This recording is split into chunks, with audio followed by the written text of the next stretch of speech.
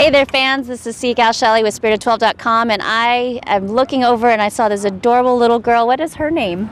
Lily Ann. And who's dad? Tommy. So the life of a Seahawk parent is never over. So we're bringing the family to the game with Cheerios and the Sharpies and the jerseys. How's it going?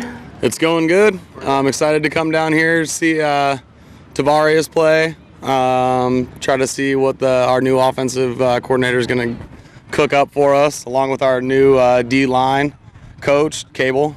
He brought in some good rookies and Robert Gallery, and I think they're going to plow some lanes for Lynch and Forsett, and I think we're going to have a pretty awesome offense with the twin towers of Sidney Rice and Mike Williams out there, and pretty excited about this year. I think our defense is looking good, and I'm pretty excited. I've been waiting for this.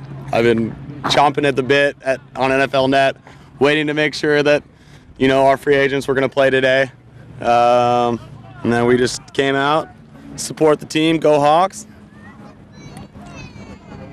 Oh, we've got the tattoo. True Blue fan.